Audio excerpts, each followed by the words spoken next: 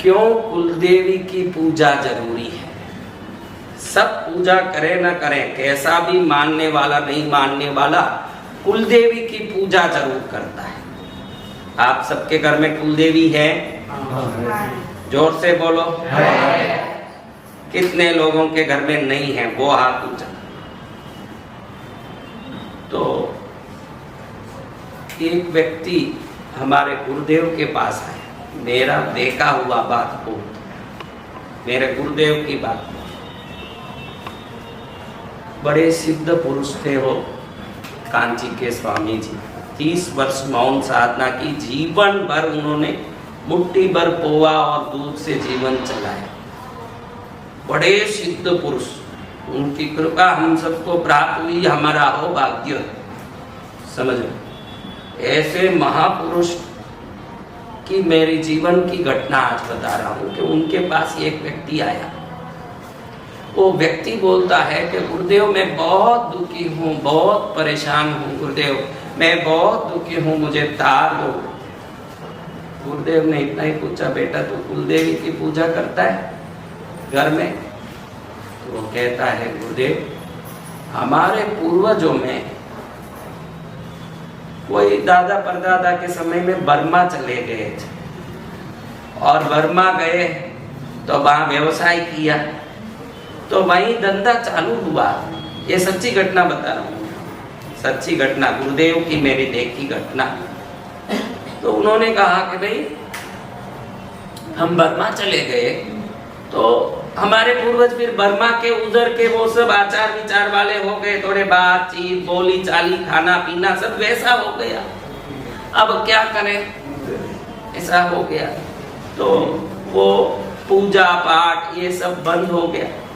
फिर वहां धीरे धीरे 4-6 पीढ़ी के बाद व्यवसाय में नुकसान होने लगा।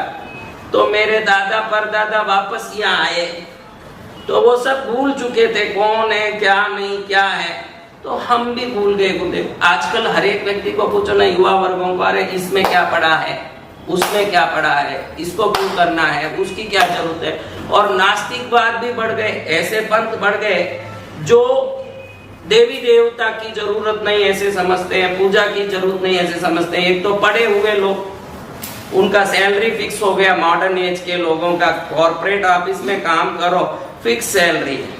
अब जिसको सैलरी फिक्स हो, जीवन फिक्स हो, स्थिति फिक्स हो, उसको फिर कई चीज की चिंता है, क्या देवी की जरूरत है, व्यापारी है, ये जो भाई है ये व्यापारी है। अब व्यापारी को रोज का धड़का है भाई अच्छे से हो जाए, कमी ना आ जाए, तकलीफ ना हो जाए, तो अपने आप देवों को देवियों को राजी करने में लगे, भाई 4 गिराक ज्यादा लेके आ माता जी, 4 आदमी ज्यादा लेके आ। व्यापारी को सो चिंता, जो महीना होते फिक्स 42,000 पगार आना हो, वो सोचे अभी कुलदेवी का ज्यादा रखूं तो कौन से 43 आने वाला है, आना तो 42 ही है। जब 42 आने के लिए बेरो 1000 का दिया क्यों जला के बाड़ू भाई, 42 में मजा लो, उल्टा नुकसान है इसमें। पढ़े हुओं का ये सोच है, उनको मालूम नहीं है कि तेरा पगार 42,000 ही है, लेकिन अगर वो खुश हो गई तो इंक्रीमेंट और प्रमोशन बहुत ज्यादा है, ये कोई समझ नहीं आवे पड़े। तो मेरे गुरुदेव ने बोला उस आदमी को, जो बोला कि मैं बर्मा चले गए, हमारे परिवार वाले हम भूल गए सब। गुरुदेव ने पूछा, तुझे तेरे कुलदेवी का पता है क्या? ओके, पता भी नहीं, क्या करूं, कोई पता वाले हैं क्या? वो एकदम अधीर हो रहा है। गुरुदेव ये सब जाने दो आप, कुलदेवी की बात, आप महापुरुष हो, सिद्ध पुरुष हो, आपके पास आए हो, आप आशीर्वाद दे दो, खत्म हो जाएगा। गुरुदेव, अरे मैं बोल रहा हूँ ना, कुलदेवी को पता लगाया क्या? मैं जो बोलूं वो काम कर। कुलदेवी का पता है क्या?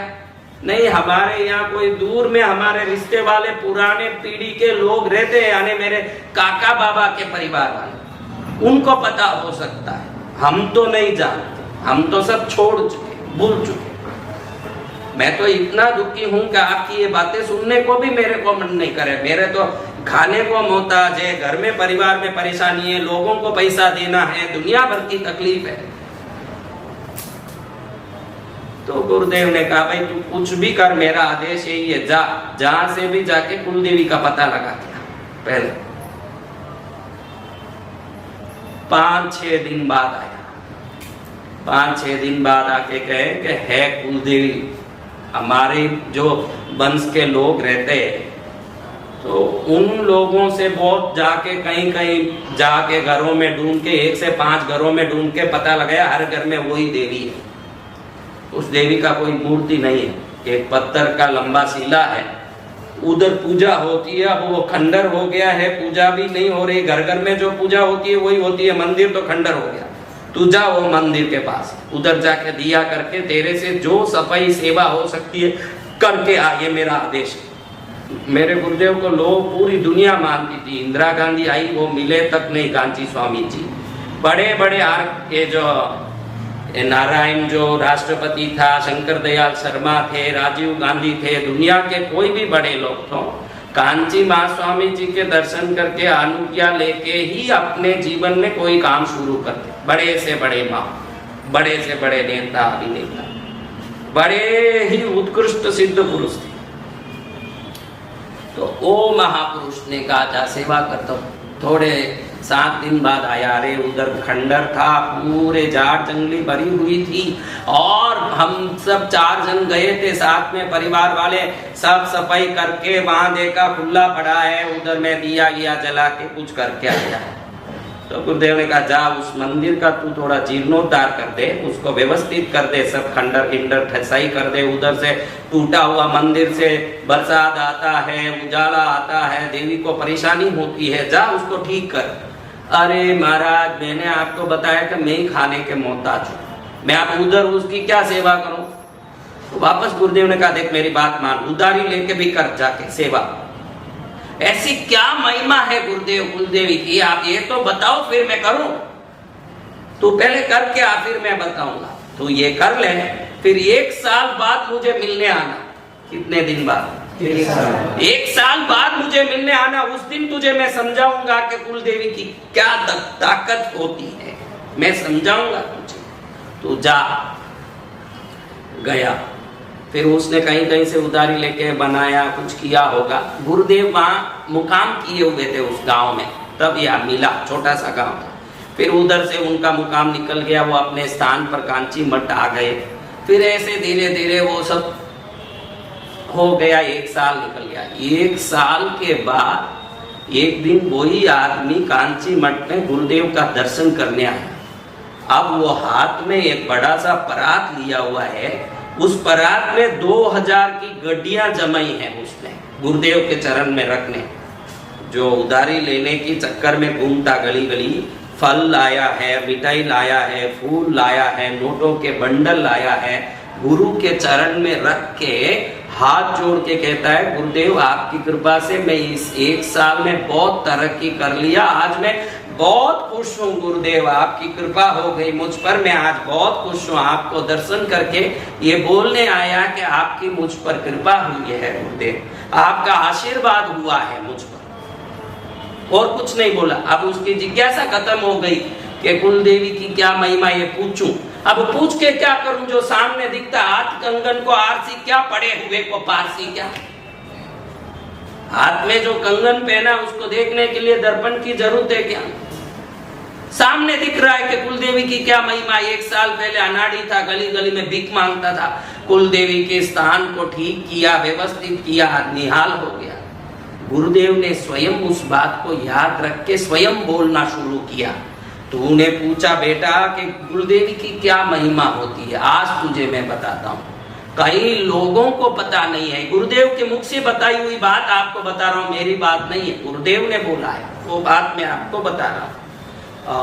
तो गुरुदेव ने बताया कि बेटा कुलदेवी जो बोलते हैं वो हम अभी ये जो बोलचाली भाषा में कुलदेवी बोलते हैं, वो गोत्र देवी है। क्या है? गोत्र बनाए ऋषियों ने, और ऋषि अब नहीं, ब्रह्मा के पुत्र हुए। उस समय में ऋषि हुए वशिष्ठ, विश्वामित्र, भरद्वाज आदि ऋषि हुए, उनका गोत्र चल रहा है। तो वो जो देवी को पूजते थे वो कुल देवी गोत्र देवी है जो ऋषि मुनियों ने पूजा। आज तुझे मैं कुल देवी की महिमा बताता हूँ कि वो ऋषि मुनि से पहले वो देवी थी, तब उसकी पूजा उन्होंने शुरू की। उनके संतान मनु ने, मनु के संतानों ने, प्रजापतियों ने जिनकी पूजा की, उसके बाद वो परंपरा से पूजा चालू हुई। आपके दादा काले थे, आपके परदादा गोरे हुए होंगे, क्योंकि कोई बच्चा नाना पर चलता है, कोई बच्चा दादा पर, यानी कोई माँ पर आता है बच्चा, कोई बाप पर। स्त्रियां पूरी दूसरी गोत्र की होकर के अपने घर में आती है, वो सब अलग अलग गोत्र की। लेकिन उस ब्रह्मा के समय से, सृष्टि के आदि से जो ऋषि के गोत्र बने, उस ऋषि के संतान हुए, प्रजापति हुए, प्रजापतियों ने प्रजाओं का, समाज का गठन किया, तो उधर से हम आज तक अटूट। आज आप खड़े हो तो बीच में एक भी आपका बाप हिंजड़ा हो जाता तो आप खड़े होते? आज तक वो वंश अटूट चला है, तो आज तक आप यहाँ खड़े हो। तो कब से चल रहा है वो वंश? अब देखो, इस संसार में लाखों मंदिर है। बॉम्बे में आप देखो ना, एक प्रसिद्ध शिव जी का मंदिर है, बाबुलनाथ, महालक्ष्मी। मैं आपको बता दूं कि यहाँ बॉम्बे में बाबुलनाथ का मंदिर है, महालक्ष्मी का मंदिर है, प्रसिद्ध है। बॉम्बे महालक्ष्मी से मुंबा देवी का मंदिर। लेकिन आज बॉम्बे में ऐसे भी होंगे, मैं आपको बताऊं, जो आज तक बाबुलनाथ नहीं गए होंगे, आज तक महालक्ष्मी नहीं गए होंगे, या मुंबा देवी नहीं गए होंगे, ऐसे होंगे बॉम्बे में। और दुनिया भर में 50,000 मंदिर है, जरूरी नहीं कि सब में आप गए हों, लेकिन आपने भक्ति सीखा भी नहीं, और आप जन्म लिए और तुरंत कहीं आपके बाप दादाओं के हाथ पकड़ के कहीं पहुंचाए गए, तो वो आपका कुल देवी का मंदिर है। आज संसार में जो परंपरा चली ऋषि मुनियों से, तब से जब गोत्र चला, गोत्र की देवियां स्थापित हुई, तो तब से आपके अनंत पीढ़ियों से, जिस पीढ़ी का कोई हिसाब नहीं, जब से मनुष्य समाज शुरू हुआ तब से गोत्र देवी की पूजा शुरू है। और हजारों पीढ़ियों से गोत्र देवियों की दर्शन करने वो परिवार वाले उधर जरूर गए। वो काले हुए होंगे, गोरे हुए होंगे, गिड्ढे हुए होंगे, पतले हुए होंगे, मोटे हुए होंगे, लंबे हुए होंगे, भाषा के अलग होंगे। आपके ही पूर्वज कोई राजस्थान में रहे, आप मारवाड़ी बोले, कई लोग मुझे मिलने आते हैं कि हम पूर्वज राजस्थान के, तू मारवाड़ी बोलता? नहीं महाराज, हम महाराष्ट्र में बस के 50-60 साल हो गए, अब तो हम सब भूल गए। भाषा अलग हुआ हो सकता है पूर्वजों का, रंग अलग हो सकता है, आकृति अलग हो सकती है, वेशभूषा अलग हो सकता है। मराठी में आ गए, मराठी बोलने लगे, मराठी जैसे पहनने लगे होंगे, कहाँ गए वहां रहे होंगे। लेकिन ये सब अगर एक ही जगह में लाइन से खड़े हैं, मनु के समय से, ब्रह्मा के समय से, ऋषि मुनियों ने जब ये धरती बनाई के मनुष्य समाज की गठन की और गोत्र देवी की पूजा शुरू की, तब से आज तक अगर कोई एक लाइन बराबर खड़ा है तो वो कुल देवी का स्थान, क्योंकि वो स्थान भी आज तक बदला नहीं, भले वो जंगल में रहे, छोटे गांव में रहे, आज भी वहीं जाके वो पूजा होती है जहां वो कुल देवी खोडियार माँ है। तो आज भी खोडियार माँ है, जहाँ ही पूजा होती है। ऐसा नहीं कि मैं बॉम्बे में बहुत कमा लिया तो अब खोडियार माँ को बॉम्बे में बैठा लूंगा, तू भले ही बैठा, लेकिन जब पूजा करनी हो तो उसी के स्थान में जाना पड़े।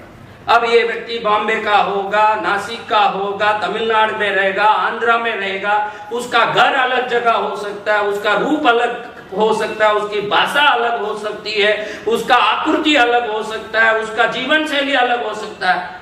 एक जगह अगर आज उस समय से आज तक आपके पूर्वजों की पीढ़ियों की लाइन खड़ी, करोड़ जन्म पीढ़ी पहले कोई आपका दादा परदादा का लड़दादा कोई खड़ा था, तो आज तक अखंड वो पीढ़ियां चलती आई उस मंदिर के सामने लाइन खड़ने की। और उस लाइन में अगर आप नहीं खड़ते हो तो आप पितरों के उस लाइन में एक प्रकार का डिस्कनेक्शन करते हो। क्या करते हो? ये बहुत बड़ा महिमा है कुलदेवी का, कि आपके दादा परदादा लड़दादा किसी गांव में रहे होंगे, उस गांव में आप गए हो जरूरी नहीं, किसी मंदिर में वो गए होंगे, उस मंदिर में आप गए हो जरूरी नहीं, लेकिन आपकी पूरी भगवान से लेके बनी हुई मनुष्य समाज की आज तक की पीढ़ी तक अगर कोई आदमी एक जगह परंपरा से जरूर पहुंचा है और लाइन लगाया है अपना बराबर। आप भी छोटे थे तभी ये इसको लेके खोडियार माँ के कुछ जानता भी नहीं था कि हाथ कैसे जोड़ना, इतना छोटा था। इसका बाल मुंडवाने के लिए, इसका छेदन कान छेद करने के लिए